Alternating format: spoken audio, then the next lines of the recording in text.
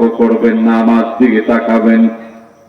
লম্বা কথা হবে না, অল্প সময় অল্প কথা বলে আমি আপনাদের মধ্য থেকে বিদায় নিব। আল্লাহ পাক আজ থেকে প্রায় 1500 বছর পূর্বে আমাকে আপনাদেরকে এই কোরআন শোনার ব্যাপারে, এই কোরআন পড়ার ব্যাপারে, কোরআন যেখানে তেলাওয়াত করা হবে ওই জায়গায় যেই ভূমিকা আমাকে আপনাদেরকে পালন করতে বললেন, আল্লাহ পাক কোরআন থেকে বললেন, ওয়াইজা কুরিআল কুরআনু ফাসতামিউ লাহু ওয়া আনসিতু লাআল্লাকুম তুরহামুন।